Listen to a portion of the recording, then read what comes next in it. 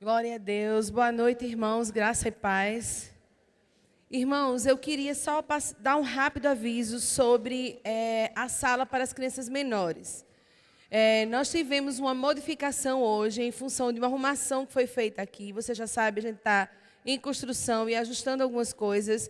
E a sala das crianças menores voltou lá na sala do espelho. Certo? E a sala das crianças menores também vai ser lá do outro lado. Os adolescentes vão ficar excepcionalmente nessa sala daqui de baixo. E as crianças que estão nessa etapa intermediária vão subir com a Mica para a última sala. Precisamos hoje fazer um remanejamento até que a gente consiga reajustar a arrumação do templo, tá certo? Eu quero pedir a compreensão de todos vocês com o Ministério Infantil. E a outra coisa que eu quero fazer em relação ao Ministério Infantil é agradecer. Irmãos, domingo passado eu comentei aqui que nós estávamos precisando de uma televisão para a transmissão na salinha do culto. Vocês lembram disso? Nós recebemos essa televisão, glória a Deus. E eu quero agradecer a pessoa que nos doou essa televisão. É muito importante esse apoio de vocês, igreja. Porque essas crianças não são o futuro da igreja. Elas são a igreja. Se elas crescem recebendo investimento, atenção, a sua oração, acredite, em pouco tempo, não vamos demorar muito, nós veremos os frutos. Então, se você conhece alguma criança, inclusive hoje nós começamos uma campanha a nível nacional de oração pelas crianças. Se você acompanha, segue o perfil da Geração de Samuel. A partir de hoje, nós vamos colocar motivos de oração pelas nossas crianças. Você conhece alguma criança? Você se relaciona com crianças até a pré-adolescência? Eu quero lhe convidar a estar nesse propósito de oração por eles. Não importa se essas são as suas crianças, eu já não tenho mais crianças em casa. Eu tenho uma filha mais nova de 19 anos e um homem e uma mulher, uma filha de 19 anos e um de 22 anos. Mas eu me importo com a sua criança e eu quero que sua criança receba Jesus, a palavra do Senhor. Isso é muito importante. Não deixe de orar pelos pequeninos, os daqui, os de Cruz das Almas, o dali que fica na esquina jogando bola, seus netos. Se comprometa com a oração pelas crianças. Amém? Eita, meu Deus, amém. Glória a Deus. Eu acho que tem alguém aí nessa noite. Aleluia. Amém. Gente, vocês já sabem, hoje é um dia extremamente tumultuado, um dia muito apreensivo, né? A maioria de nós, discernindo o tempo que nós estamos vivendo, saiu das suas casas com o compromisso não apenas de apertar algumas teclas, mas usando a legalidade de representantes do céu, impor as mãos sobre as urnas. Quem lembrou do compromisso que a gente assumiu? Eu saí com o conteúdo dentro do meu bolso, chegando lá, dei umas espreitadas na mão, e aqui orando, voltando, e aqui orando, em nome de Jesus, não vai ter fraude, nenhuma máquina vai quebrar. Tudo que nós nos comprometemos aqui, eu quero crer que um povo acordado, desperto, preparado para a batalha, saiu hoje das suas casas, entendendo o que estava fazendo. Eu espero que você seja essa pessoa. Amém? Amém. Glória a Deus. Você pode dizer amém, viu, irmãos? E quando for uma coisa que vai abençoar a sua vida, você diz amém 2 vezes, porque amém quer dizer exatamente, assim seja. Então, não deixa as coisas ficarem aqui assim, pairando no ar, não. Toma para você em nome de Jesus. Amém. Esses dias, vocês viram passar por aqui pastor Bruno, pastor Fábio, pastora Cláudia e hoje eu, trazendo para vocês uma palavra em substituição ao pastor Glauco, que está nessa correria da campanha que ele esteve concorrendo, né, irmãos? Nós louvamos a Deus porque entre nós eu acredito que ele seja a pessoa de fato preparada para essas coisas. Eu não me vejo fazendo o que ele faz. Assim como não me vejo fazendo e usando todas as habilidades que tem a pastora Cláudia, o muito falado pastor Bruno, que ele não fala quase nada. Ele jura que eu ganho dele, mas todo mundo aqui sabe que isso é uma mentira, né? Nem me vejo fazendo as coisas que a Andréia faz, nem que o Fábio faz. Não me vejo, irmãos, até hoje eu não sei tocar violão. Já ganhei 2, mas não sei fazer isso. Cada um de nós opera de uma maneira. E eu acho tão interessante que todas as vezes que eu vou ministrar a palavra, não importa se aqui ou em outro lugar, algumas coisas acontecem e eu já compartilhei isso com vocês aqui. A primeira coisa que aconteceu em relação a essa palavra que eu vou compartilhar com você nessa noite é que eu comecei a escutar uma frase específica em muitas conversas. E aí esse negócio começou a me incomodar, gerou um incômodo e eu disse, tem alguma coisa aí. Estou ouvindo essa frase demais. Guardei, achei que primeiro era uma coisa para mim e depois uma pregação que foi aqui na nossa igreja, no seminário para pastores. É possível colocar aquela imagem? Assim que nosso amado, querido irmão Alberto, esse homem de Deus, disponibilizar, você vai entender um pouquinho do que eu vou dizendo. Esse homem nos conduziu num processo de reflexão e a pergunta era, como anda o evangelho na vida de quem prega o evangelho? Como as coisas foram muito voltadas para a liderança, para pastores, seminaristas e missionários, nós fomos conduzidos a pensar em como a nossa vida estava sendo afetada pelo evangelho que nós pregamos. Imagine, irmãos, que a imagem não era essa. Aqui no meio estava a palavra eu. Para que eu utilizasse hoje, no sentido que eu quero usar, que é nessa coisa que Deus tem me falado nesses dias, eu pedi ao Fábio, não sei fazer isso, que fizesse isso para mim, que substituísse ali a palavra eu. Você não é apenas a sua vida espiritual, a sua vida devocional. Você tem uma família, você tem relacionamentos com os quais você precisa lidar diariamente dentro do seu lar. Você é uma pessoa que tem uma vida financeira, alguns de nós uma vida profissional fora das suas casas, outros têm uma vida de muito trabalho dentro de casa e é preciso que se reconheça que tem muito trabalho para se fazer dentro de uma casa. Ou será que eu estou exagerando? Irmãos, quando você lava os pratos de meio-dia, você já vai sujar outro monte de prato para preparar o café. Quando você termina o café, já tem que pensar no almoço do outro dia, tem roupa para pendurar, alguns têm criança pequena chorando, então é preciso que a gente entenda que a nossa vida financeira, profissional, inclui também essas coisinhas que no dia a dia nos ocupam muito. Mas também somos uma mente, aprendemos, temos inteligência. E aí também vem a questão educacional. Aqueles que estudam, aqueles que estão numa faculdade, tem a vida espiritual. E essa parte aqui, ética. Guarde essa partezinha, ética, porque nós somos cristãos, nós precisamos ser exemplares nisso daqui. Mas nós temos uma vida que é social e emocional e uma vida que é física e envolve também o aspecto de saúde.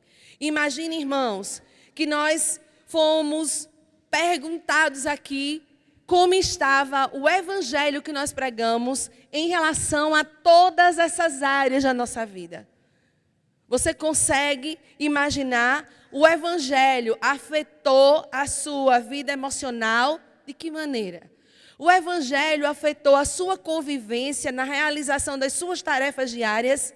De que maneira? Porque o evangelho, ele não é só a anunciação do evangelho, a pregação do evangelho. Ele tem um conteúdo que é extremamente prático, que é para o dia a dia, que é para você desdobrar isso em ações que se tornam a pregação do evangelho. É claro que um dos aspectos da pregação do evangelho envolve a fala, mas tem outro que é comportamental, que anuncia às pessoas. A nossa conduta, a maneira como a gente decide viver, as coisas que nós fazemos falam da qualidade da nossa fé.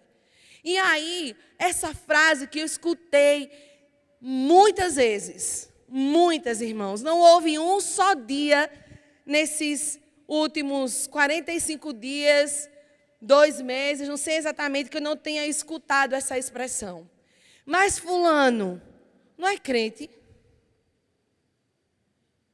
Mas fulana não é lá da igreja, não vai na igreja? Eu acredito que isso não acontece com vocês. Isso não é para vocês, né? Para outras pessoas que não estão aqui. São pessoas que a gente conhece. Mas apenas para fins de curiosidade. Será que só eu escuto esse tipo de coisa? Mas tu não é crente? Mas fulano não é crente? Será que isso aconteceu e acontece apenas comigo? Será, irmãos? Essas coisas produziram dentro de mim uma crise. E preciso confessar, uma tristeza.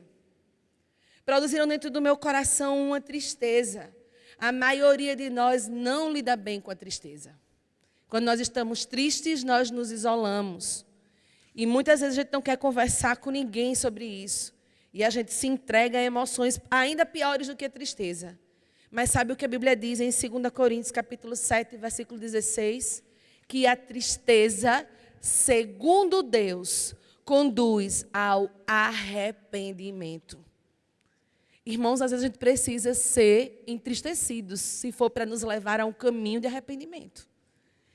E quando eu escutei essas coisas, e eu comecei ali na mesa, o nó foi arrochando, como a gente costuma dizer aqui, e eu comecei a analisar a minha própria vida. Primeiro, a palavra atinge a nós. A primeira coisa que acontece quando a gente tem um compromisso sério com a palavra é que aquilo que a gente ministra é também ministrado aos nossos corações. E eu comecei a me dar conta que existiam coisas das quais eu, de fato, precisava me arrepender. Arrependimento no sentido que nós aprendemos e ensinamos aqui. Eu estou indo numa direção, sou confrontado, entendo, tenho revelação, chega a luz ao meu entendimento e eu refaço a minha rota. Eu não continuo triste com o coração arrependido, eu mudo de direção. Muitas vezes o que a gente sente é um remorso, uma tristeza, segundo a nossa carne, que não vai produzir coisas boas, não vai produzir arrependimento, não vai nos levar cada vez mais para longe de Deus e nos aproximar de um caminho que não é nada saudável. Eu queria compartilhar com vocês 3 coisas que Deus falou muito forte ao meu coração a respeito dessas coisas.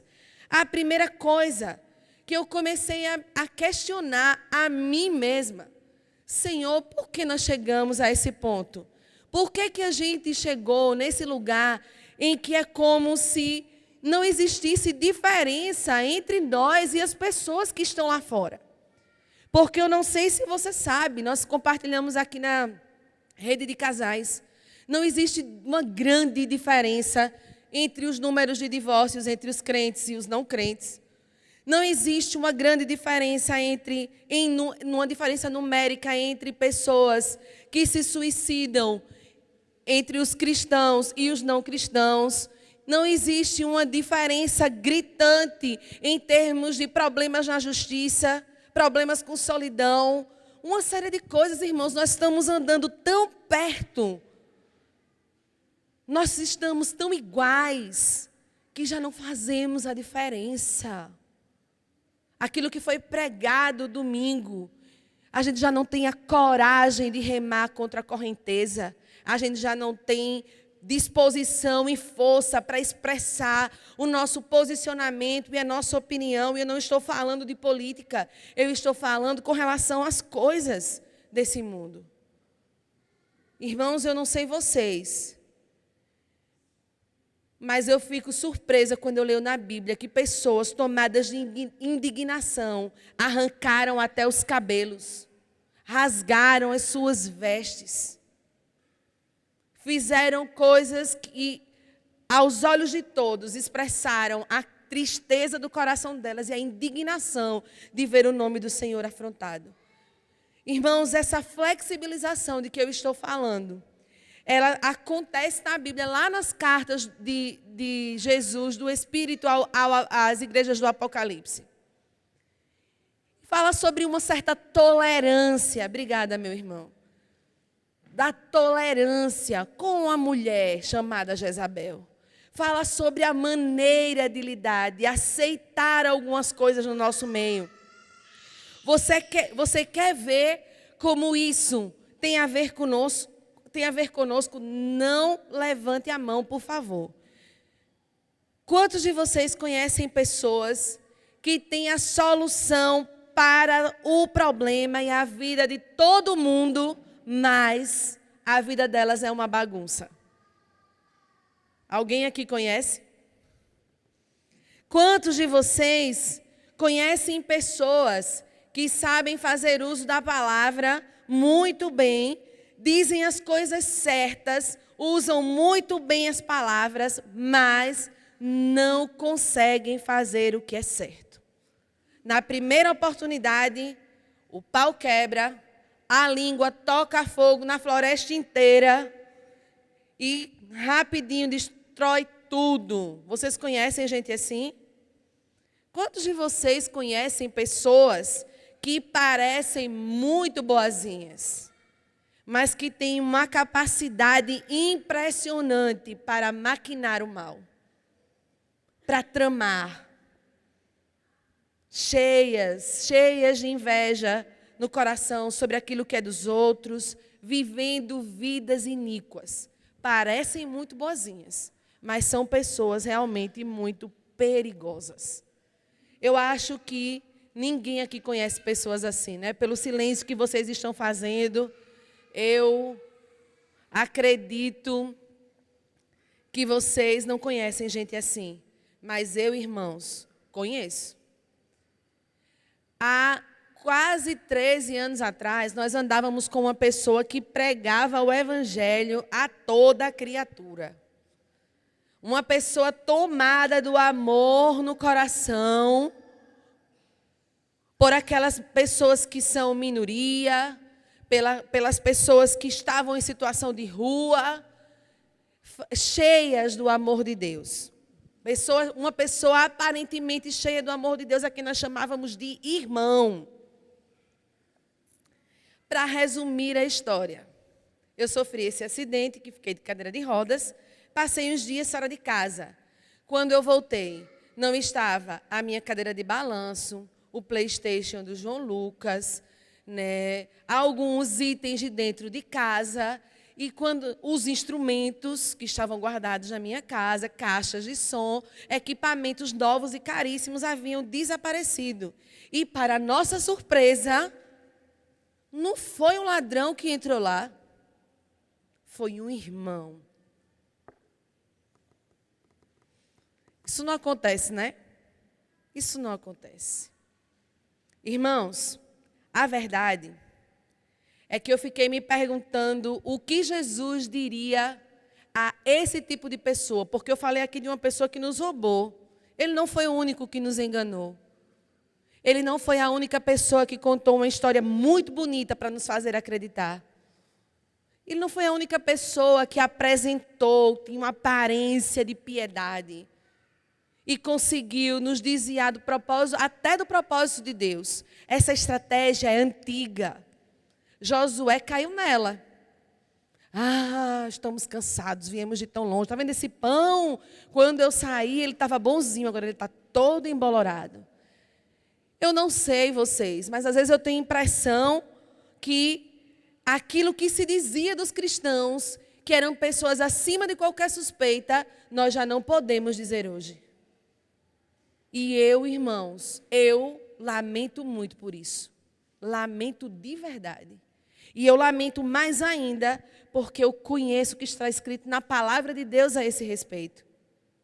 Você pode estar até chocado e surpreso, achando que essa é uma palavra totalmente deslocada, mas não é não.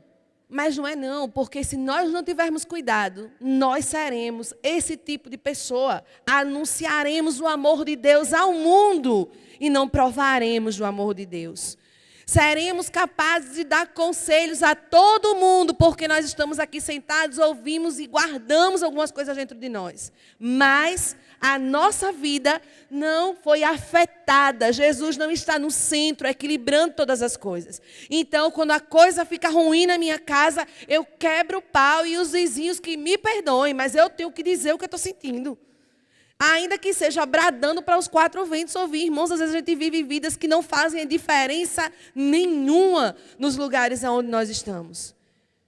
Eu celebro a Deus, porque apesar do meu filho não estar sentado nessas cadeiras, um dia ele esteve em um ambiente em que uma pessoa ficou endemoniada. Aliás, uma não, né? Uma penca ficou endemoniada.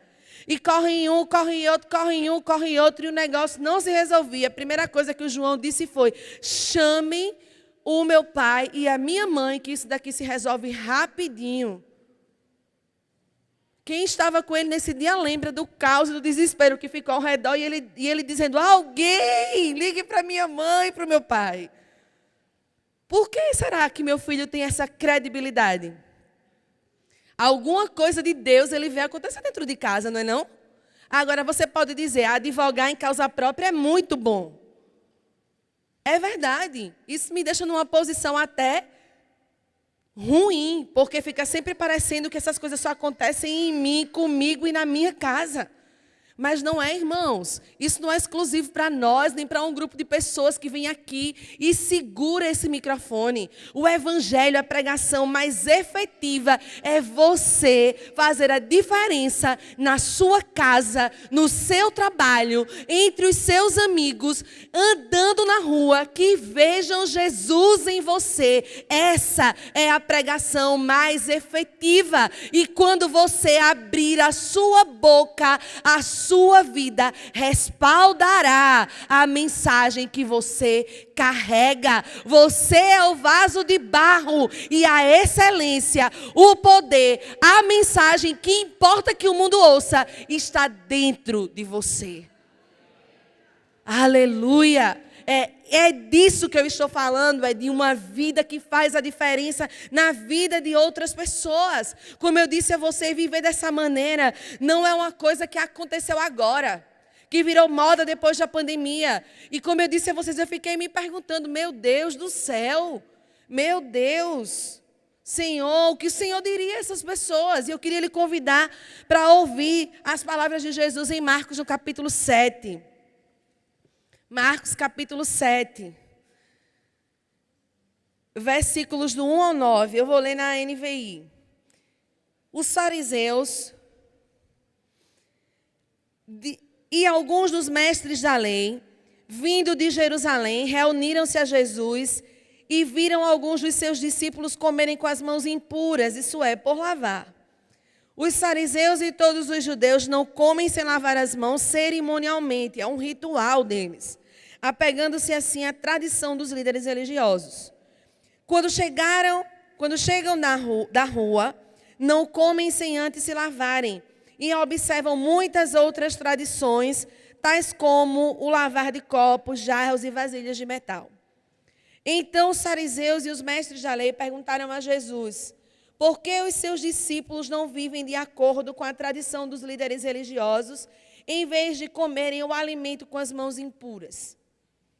Ele respondeu: bem profetizou Isaías acerca de vós, hipócritas.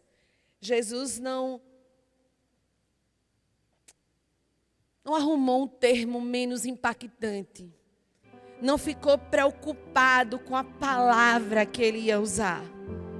Não ficou com o coração partido pelo que as pessoas iam pensar dele, pela palavra que ele estava dizendo. Ele disse: bem profetizou Isaías acerca de vós, hipócritas. Como está escrito: este povo me honra com os lábios, mas o seu coração está longe de mim. Em vão me adoram.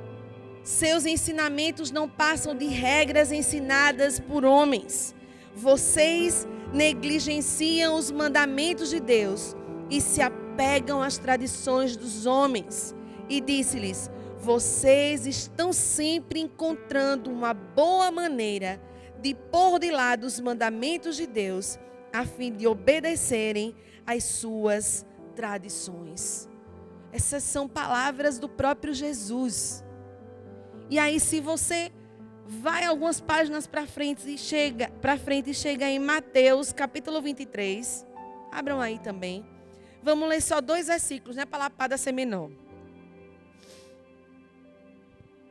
O versículo 23 e o versículo 27. Mateus capítulo 23, versículos 23 e 27. Diz assim: Ai de vocês, mestres da lei, fariseus hipócritas. Vocês dão o dízimo da hortelã, do endro e do cominho, mas têm negligenciado os preceitos mais importantes da lei: a justiça, a misericórdia e a fidelidade. Vocês devem praticar estas coisas sem omitir aquelas. Versículo 27. Ai de vocês, mestres da lei, fariseus hipócritas. Vocês são como sepulcros caiados, bonitos por fora, mas por dentro estão cheios de ossos e de todo tipo de imundície. Eu já trabalhei em um cemitério. Irmãos, houve uma situação em que 2 irmãos foram assassinados, um casal de irmãos crentes foram assassinados. E demorou a encontrar esse corpo. E não encontravam os corpos desses. Foi um crime em período eleitoral. Eu não lembro aonde foi agora. E demoraram a encontrar. Gente, quando encontraram, óbvio, os corpos já estavam em estado de decomposição e vieram para ser sepultados aqui no Parque das Flores. Irmãos amados, o cheiro se sentia na porta do cemitério. Eu fiquei e a gente tem que trabalhar no meio disso.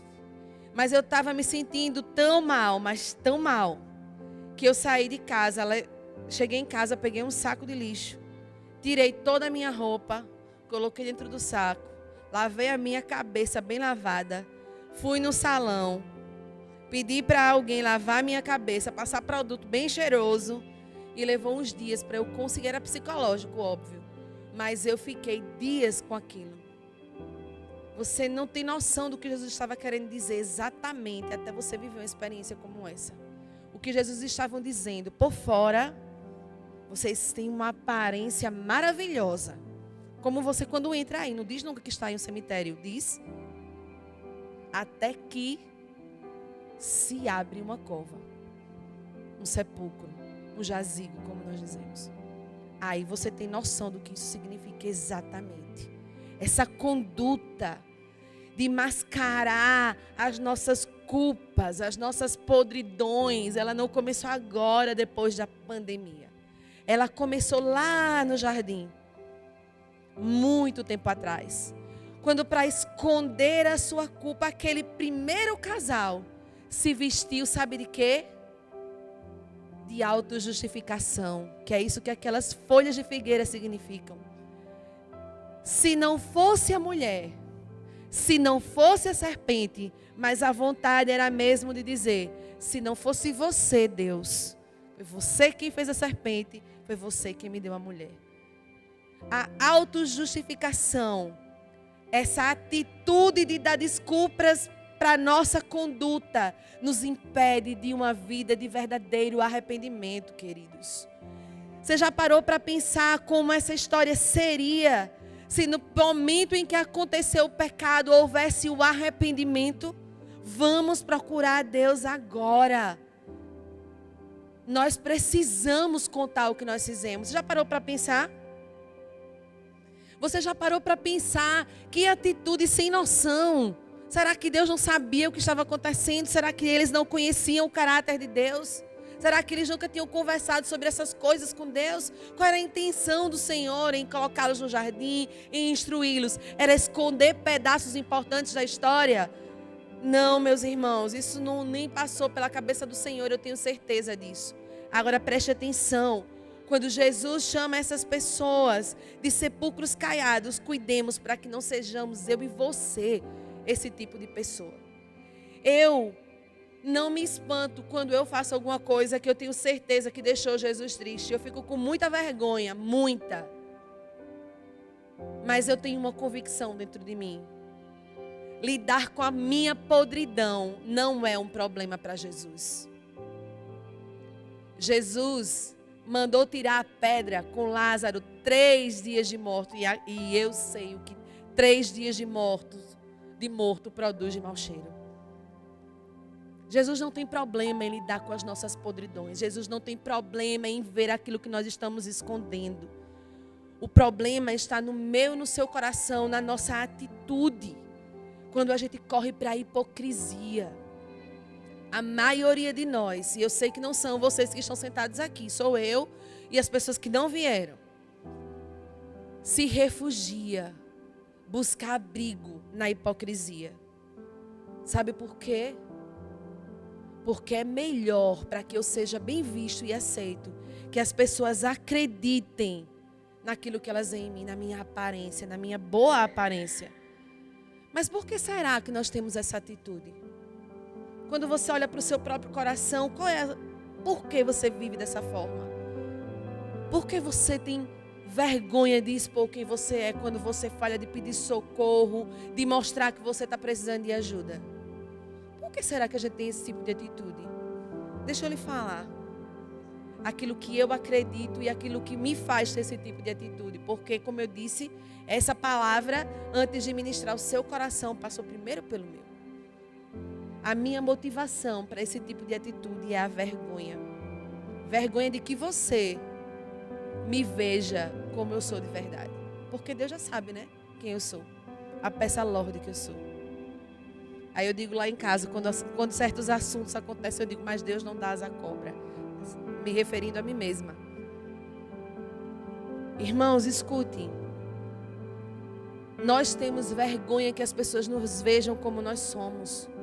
Nós temos vergonha de assumir as nossas fraquezas e às vezes é justamente a nossa dificuldade de lidar com isso que nos faz não receber a ajuda no momento que nós precisamos. A gente prefere dar ao outro crédito por aquilo que nós estamos vivendo. Transferir a culpa para o outro. Eu faria isso se fulano me ajudasse. Eu faria aquilo outro se fosse assim, assim, assado. E é muito fácil a gente transferir a culpa para as pessoas, quando na verdade a dificuldade é minha, de olhar para mim e para o meu coração. A segunda coisa que eu queria lhe dizer é que mascarar a verdade é um hábito muito comum na nossa cultura. Os brasileiros agem dessa maneira. E a prova disso é, vocês já tiveram uma curiosidade de ver vídeos de pessoas falando do Brasil? Estrangeiros falando dos brasileiros? Alguém já viu esses vídeos? No Instagram, no Facebook, tem um cara que ele é um francês que parece que ele tem a alma de brasileiro. Vocês já viram esse cara? Eu não sei o nome dele, mas ele tem um amigo brasileiro que chama Osvaldo. Aí ele vai fazer uma coisa aí, dá errado, ele faz, vão embora, Osvaldo. Vocês já viram esse homem falando? Então, imagina que aquele cara entendeu a alma do brasileiro. Você já viu como ele coloca as situações do dia a dia para a gente ver como fica diferente as coisas? E tem um outro cara, um americano também, que também grava esse tipo de vídeo. 2 perspectivas completamente diferentes. Um europeu e um americano falando da cultura brasileira. Aí sabe o que é que eles falam sobre nós? Que nós somos especialistas em não respeitar horário. Nós chegamos atrasados para todos os nossos compromissos. E eu fico besta com a cara de pau de alguns que dizem, estão já chegando, mas ainda estão em casa deitados para trocar de roupa. Lá em casa, se a gente fizer isso, menino, o Fábio pega o cacetete, ressuscita e dá uma pisa nós tudinho. Porque quando ele diz, eu estou chegando, ele está no máximo ali, no início daquela rua. Ele já disse aqui, né? O Fábio, ele é descendente dos bretões, não é dos britânicos, é do povo que antecedeu a formação da Inglaterra. Ele é pontualíssimo. Se ele marcar e ele não chega no horário, ele vem passando mal o caminho todinho. Mas é impressionante, irmãos, como nós não respeitamos o horário.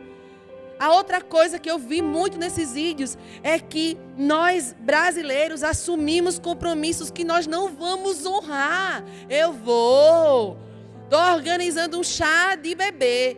60 pessoas dizem que vão. No dia vem quantas? 5. A mãe, a grávida, a melhor amiga que estava organizando, a que sabe o sexo do bebê e a que encomendou o bolo. E ninguém mais, mas todo mundo confirmou a presença.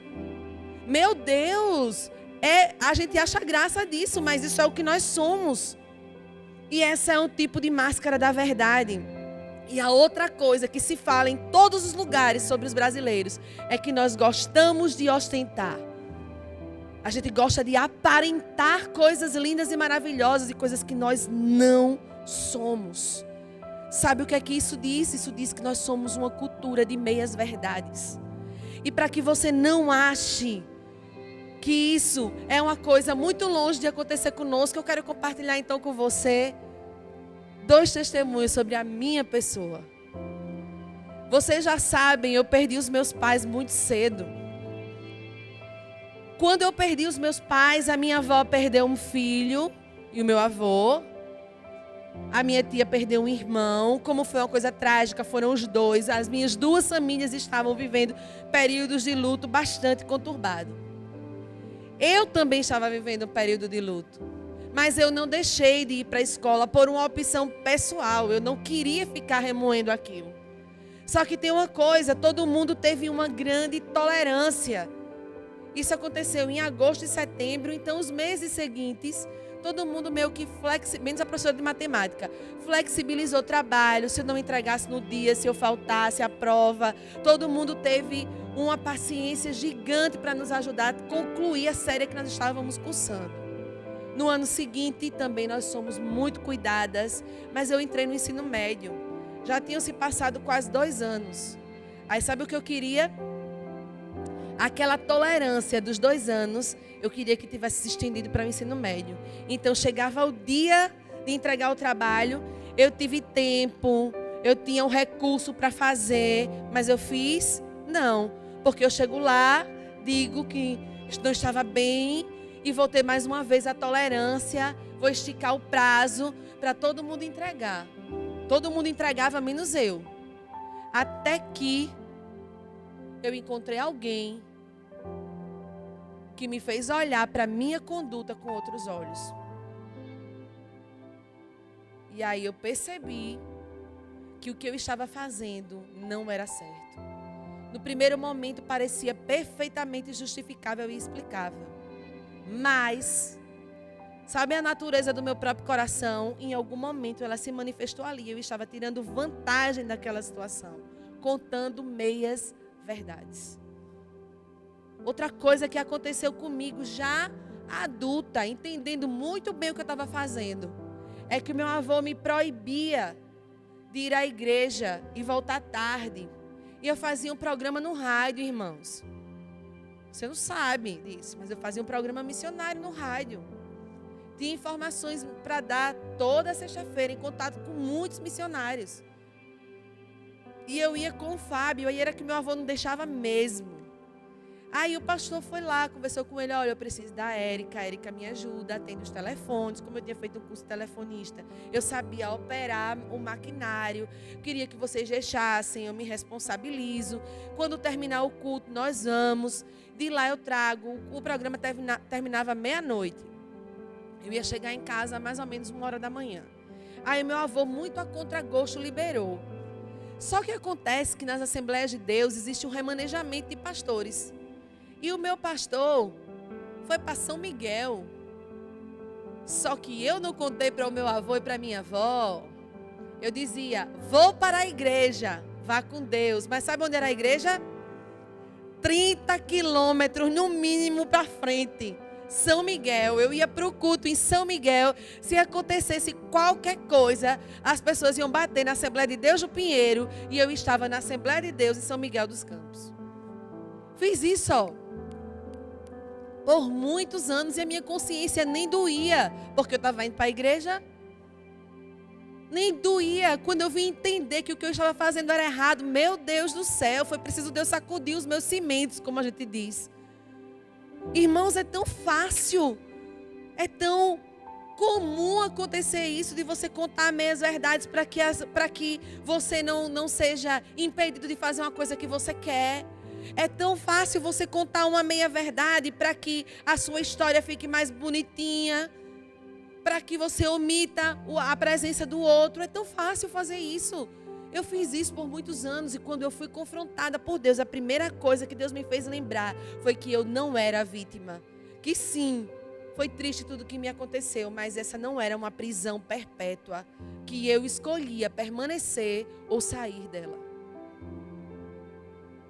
Ah, como me doeu, irmãos.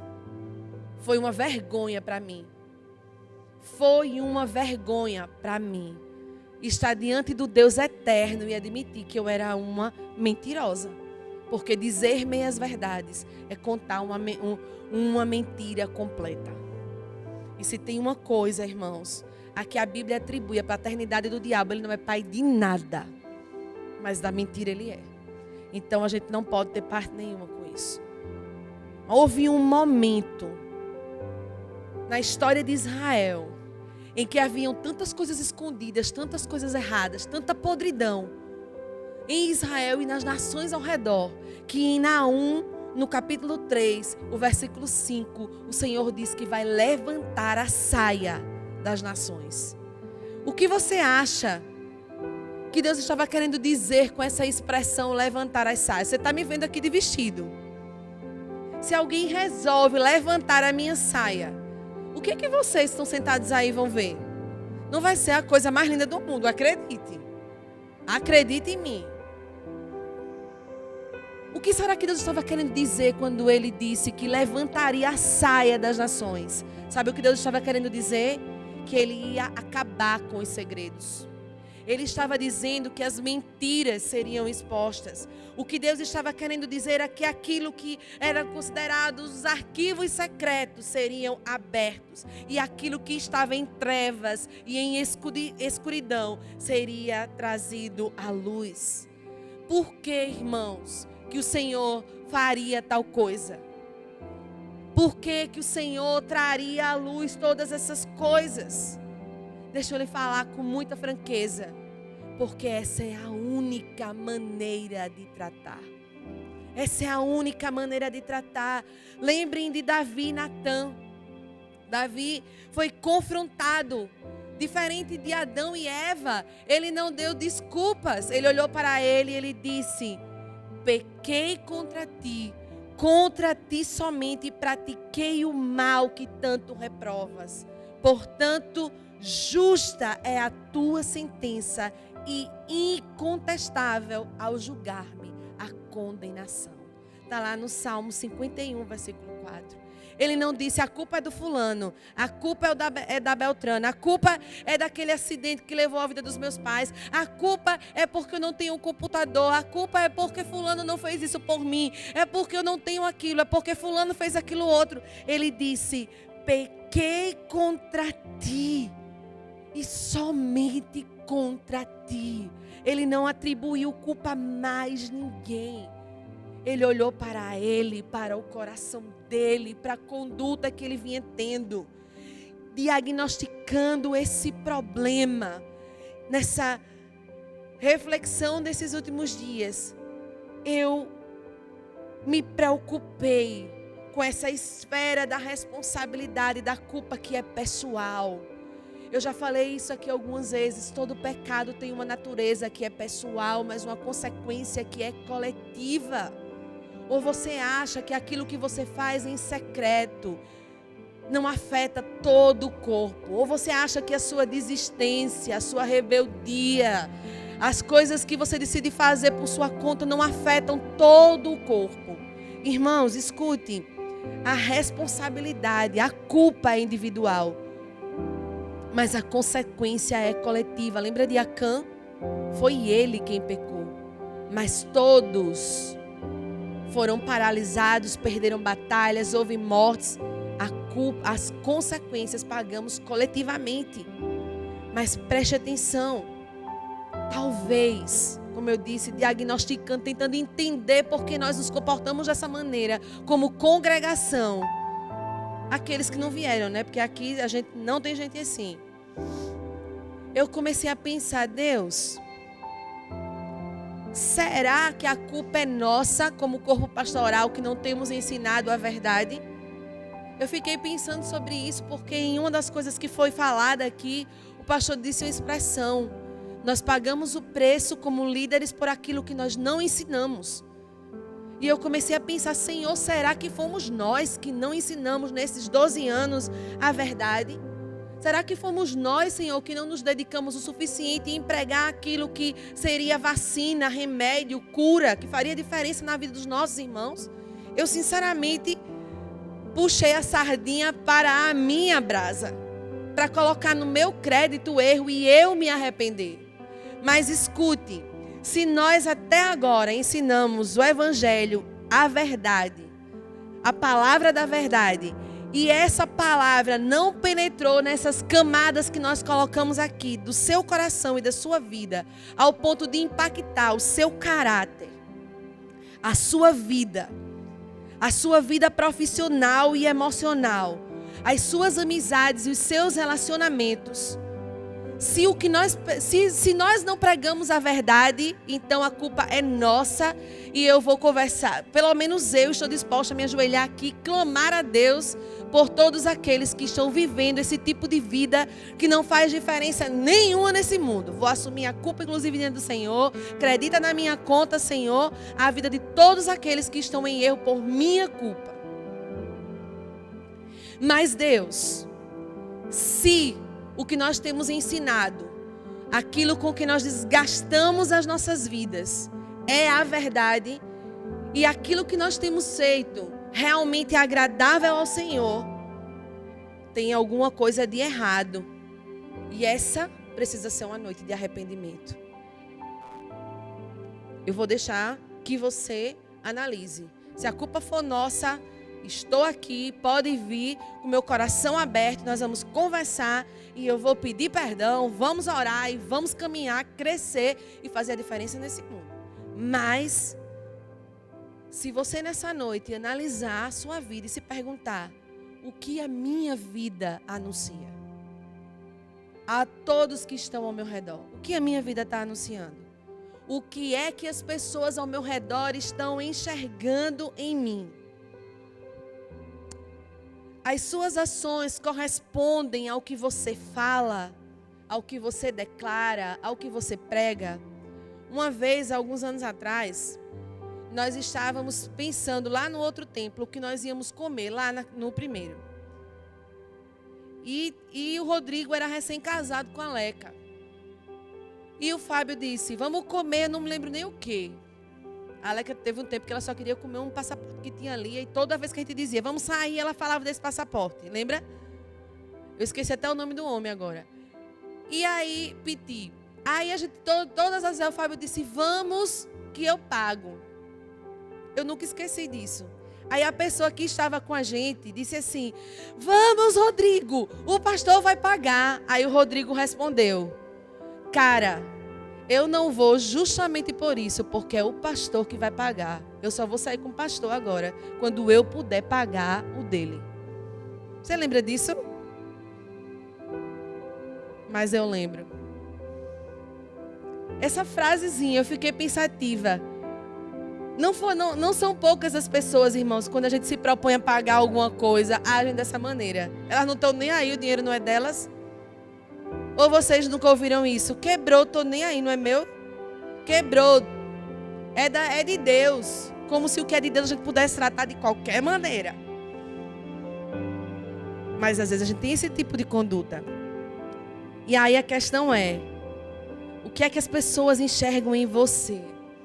As suas ações correspondem às suas declarações, à sua pregação.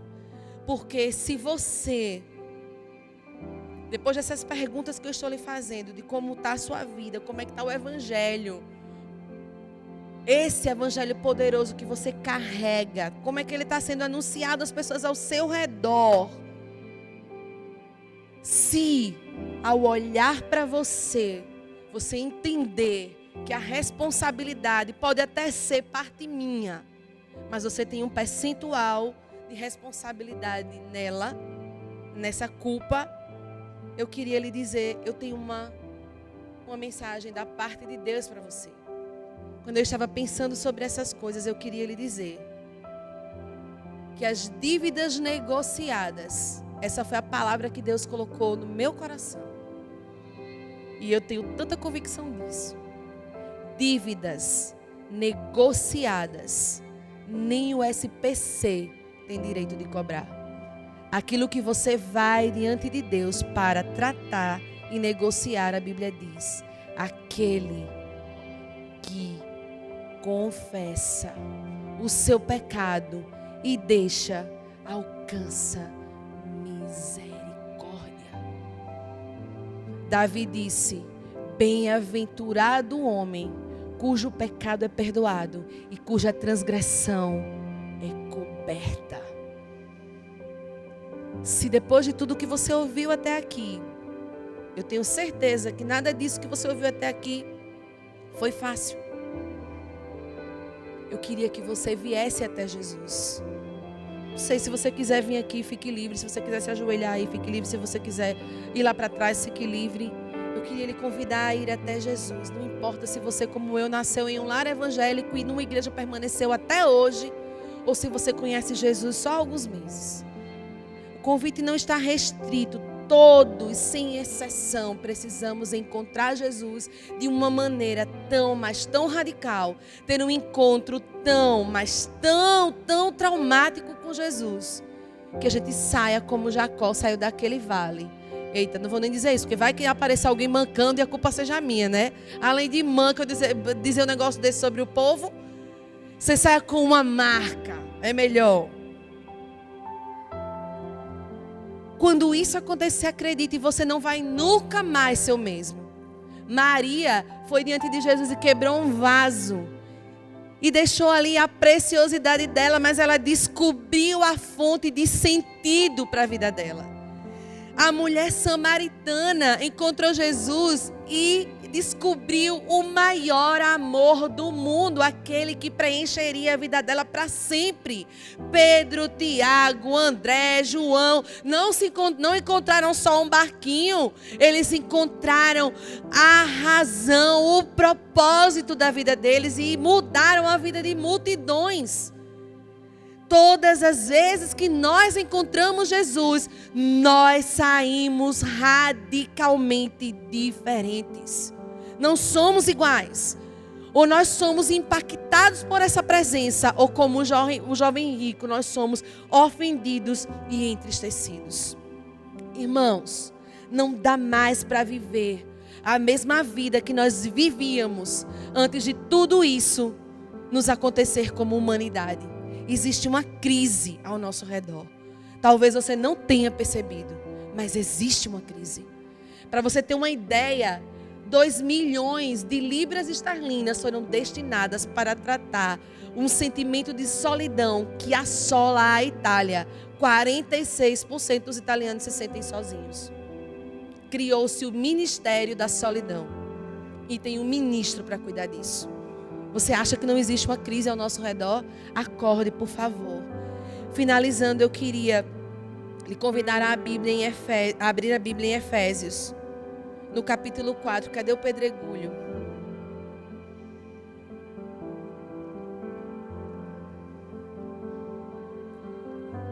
Efésios capítulo 4. A partir do versículo 21, diz assim: de fato, vocês ouviram falar dele e nele foram ensinados, de acordo com a verdade que está em Jesus.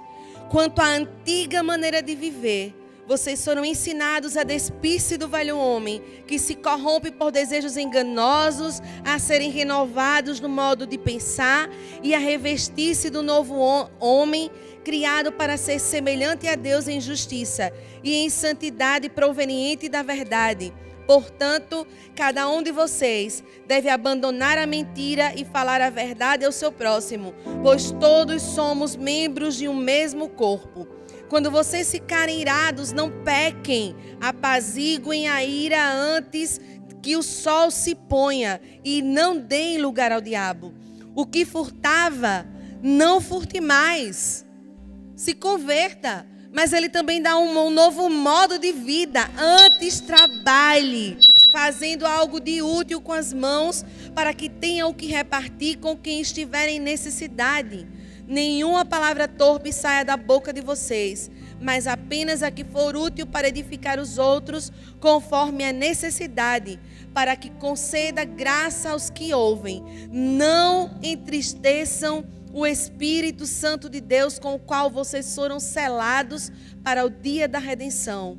Livrem-se de toda a amargura, indignação e ira, gritaria e calúnia, bem como de toda maldade. Sejam bondosos e compassivos uns para com os outros, perdoando-se mutuamente, assim como Deus os perdoou em Cristo. Esse é o estilo de vida que deve ser ativado a partir de agora. Porque até ouvir essa mensagem você podia dizer que era ignorante. Mas de agora por diante eu quero crer que na força do Senhor essa palavra será ativada na sua vida. Essa que nós lemos aqui. E você viverá como quem tem uma palavra capaz de salvar todo aquele que crê. Que a sua boca, que a sua vida expressem o poder desse evangelho que você carrega.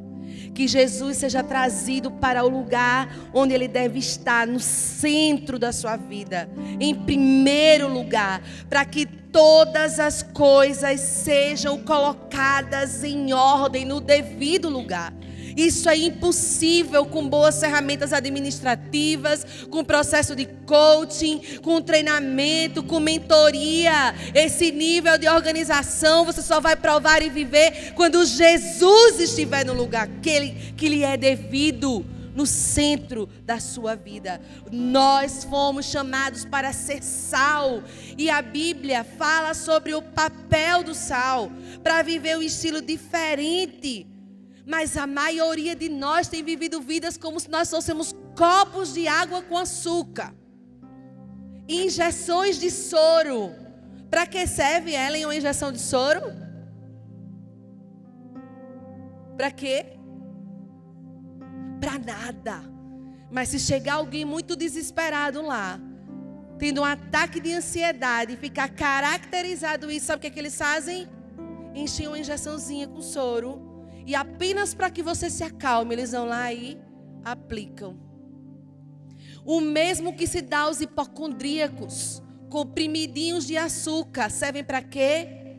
Nada. Água com açúcar, apenas para que você controle a sua respiração. O efeito é apenas psicológico. Que nunca mais você aceite ser menos do que Jesus lhe chamou para ser. Você carrega uma mensagem poderosa dentro de você. E ainda que você tenha que pregar algumas vezes usando as suas palavras, o seu estilo de vida grita, fala aos olhos. Irmãos, eu queria lhe pedir para você deixar de ser nessa noite, com toda a ousadia no Espírito Santo, de ser um placebo. Você sabe o que isso significa? Um remédio que até tem aparência de remédio, mas não serve para nada. O mundo precisa do que eu tenho. O mundo precisa do que você tem. Você tem Jesus na sua vida e o mundo está precisando de Jesus. Você tem uma mensagem poderosa para transmitir. Que a sua vida seja ativada. Onde você colocar a planta do seu pé, que o reino de Deus pise junto com você. Quando você encontrar uma pessoa desesperada, ao invés de aconselhar que ela tome um calmante, você vai dizer: deixa eu orar por você. Eu posso fazer uma oração por você? Irmãos, nós estamos nos deparando com situações cada vez mais difíceis. E a Bíblia fala que não vai melhorar. Mas eu queria que você fosse cheio de ousadia para pegar tudo isso que você ouviu nessa noite e sair por aquela porta. Não importa quantos anos você tem. Não importa. Porque a Bíblia diz que até uma criança será conhecida pelas suas ações. Uma criança será conhecida pelas suas ações. Imagine eu e você. Eu queria que você que tem entendido essa palavra, você que tem analisado o seu próprio coração e se disposto a viver essa vida que está escrita em Efésios no capítulo 4, eu queria que você ficasse de pé. E eu queria que ficasse também de olhos fechados, para você nem se preocupar com quem está ao seu redor.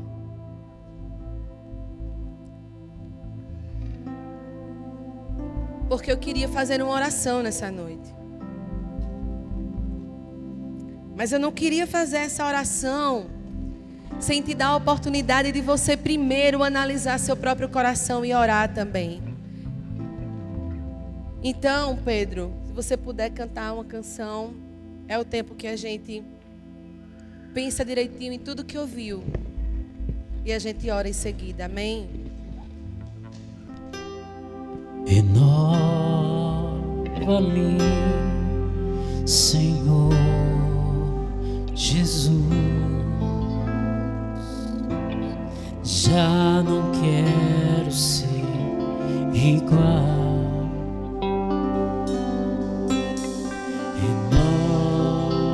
Renova-me, Senhor Jesus.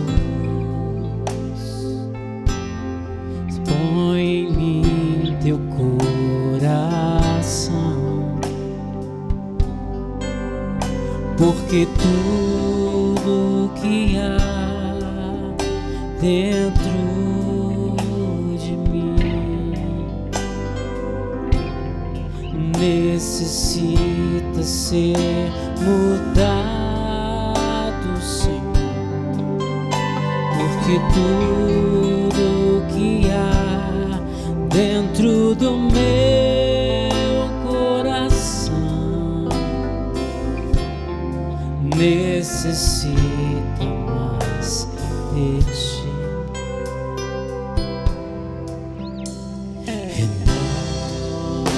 Renova-me, Senhor Jesus. Já não quero ser igual.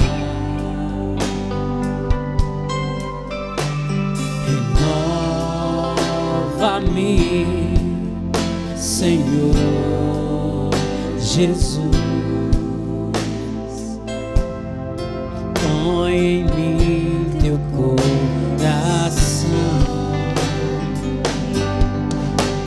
porque tudo que há dentro de mim necessita ser mudado, Senhor, porque tudo que há dentro do meu coração necessita mais de ti. Senhor, nessa noite nós somos confrontados por essa palavra. Eu bem sei, Senhor, que muitas vezes aquilo que nós analisamos em nós mesmos produz tristeza, como eu disse no início, Senhor. Mas se nessa noite, Senhor, essa tristeza me conduzir a um caminho de regresso à verdade que é capaz de transformar a minha vida e impactar aqueles que estão ao meu redor, que nosso coração seja então conduzido nesse caminho de arrependimento. Pai, falta tão pouco tempo para a Tua vinda e nós não queremos, Senhor, ser pegos de surpresa, nem escutar naquele grande dia que o Senhor não nos conhece. Nós queremos ser conhecidos do Senhor. Nós queremos ser conhecidos pelos anjos do céu. Nós queremos, Senhor, que ao acordar e ao nos relacionar com as pessoas, nós possamos expressar a natureza do Teu reino, a verdade do Teu reino. Que eu, Senhor, a começar de mim, não lamente por aquilo que eu não tenho, Senhor. Que não hajam entre nós aqueles que lamentam por aquilo que nos falta, por aquilo que nós não provamos. Como diz, Senhor, o Teu filho Paul Washer, que meu coração seja rasgado e grite por não ser semelhante a Cristo. Senhor, que o nosso coração deseje verdadeiramente essa semelhança. Que a cada dia eu lute, Senhor, com a minha natureza, com as minhas inclinações, com a cultura, Senhor, ao meu redor, para me parecer com o Senhor, para fazer com que a palavra que foi semeada no meu coração faça de fato a diferença na vida daqueles que se relacionam comigo. Pai, em nome de Jesus, eu quero Te apresentar a cada um dos meus irmãos que está aqui nessa noite, alguns contristados pela Tua palavra. Espírito Santo, eu sou apenas a portadora daquilo que o Senhor colocou no meu coração, mas você é o Consolador. Você é o Espírito de poder, que conhece aquilo que está no coração do Pai, mas conhece o espírito humano. Então vai nesse lugar de dor, de sofrimento, de vergonha, de tristeza e põe, Senhor, remédio, bálsamo, traz cura, traz entendimento, revelação, retira as escamas dos olhos, quebra, Senhor, todo jugo, retira, Senhor, aqueles que estão nos cativeiros, Senhor, de mentiras, de histórias que foram contadas e que serviram de prisões. Que nessa noite haja liberdade, que nós possamos nos apropriar da Tua palavra para viver um estilo de vida que glorifica o Teu nome e que nós possamos, como aqueles jovens moráveis, Senhor, corajosamente dizer que o Cordeiro receba o prêmio pelo seu sofrimento através da minha vida e através da vida dos meus irmãos. Conduz os meus irmãos, Senhor, a uma vida que vá de glória em glória, de revelação em revelação de quem o Senhor é. Que nós possamos ouvir nos próximos dias testemunhos, Senhor, de pessoas que convivendo conosco começaram a perceber essa mudança que se inicia no nosso interior.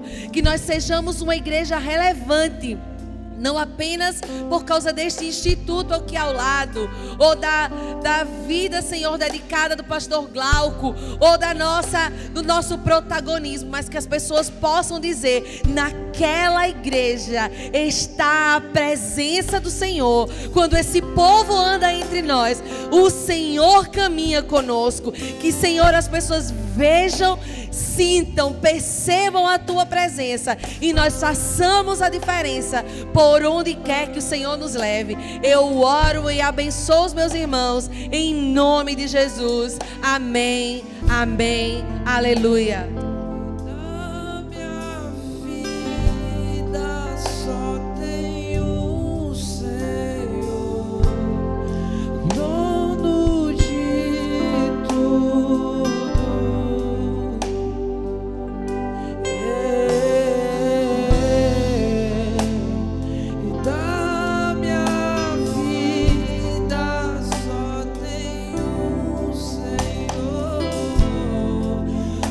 Dono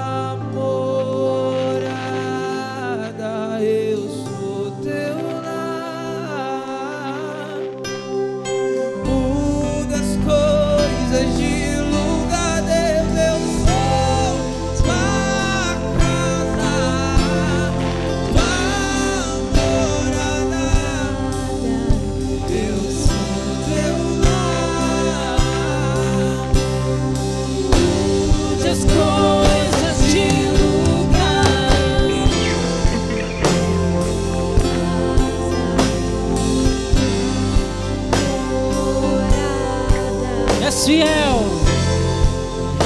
fiel em todo tempo. Em todo tempo tu és tão bom. Todo fôlego que tem, eu cantarei da bondade de Deus. Que a graça do nosso Senhor Jesus Cristo, o amor do nosso Deus e Pai e a amizade profunda com o Espírito Santo seja com você nessa semana de mudanças e revoluções, em nome de Jesus. Deus te abençoe. Tua bondade me seguirá, Senhor. Tua bondade me seguirá, Senhor. Eu me rendo a ti, te dou o meu ser, entrego tudo a ti. Tua bondade me seguirá, Senhor. Tua bondade me seguirá, Senhor. Eu me rendo a ti, te dou o meu ser, entrego